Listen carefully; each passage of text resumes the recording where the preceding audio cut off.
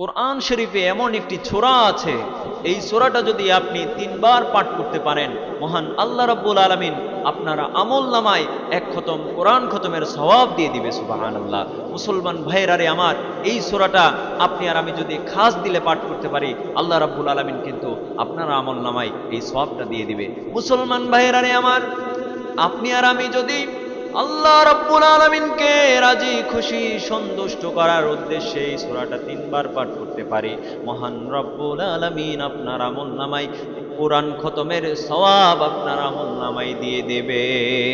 আমার সাথে সকলেই বলুন, কুল হুয়াল্লাহু আহাদ আল্লাহুস সামাদ লাম ইয়ালিদ ওয়া লাম ইউলাদ ওয়া লাম ইয়াকুল লাহু কুফুয়ান আহাদ। বলুন তো আল্লাহ কে? আল্লাহ একজন না দুইজন, আল্লাহ হলো একজন। আল্লাহর পরিচয় পাওয়া যায় এই সূরাটার মধ্যে, আল্লাহর পরিচয় পাওয়া যায়।